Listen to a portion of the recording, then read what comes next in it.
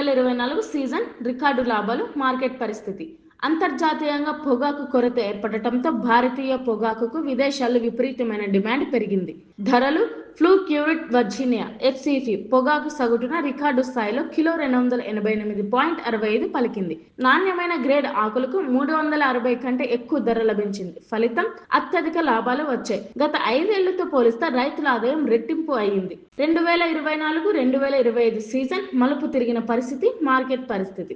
అంతకుముందు ఏడాది వచ్చిన భారీ లాభాలను చూసి రైతులు పొగాకు బోర్డు నిర్దేశించిన పరిమితి కంటే చాలా ఎక్కువగా సాగు చేశారు. ధరలు మార్కెట్లోకి పొగాకు ఎక్కువగా రావడంతో సగటు వేలం ధరలు ఒక్కసారిగా కిలో 224కు పడిపోయాయి.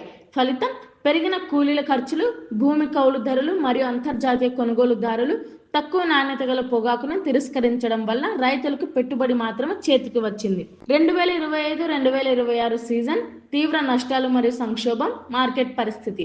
మార్కెట్లో పొగాకు నిల్వలు భారీగా పేరుకుపోయాయి.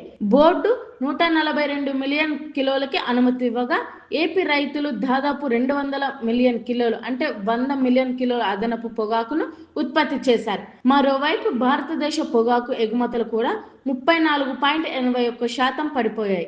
ధరలు సగటున కిలో 219.50కు పడిపోయాయి.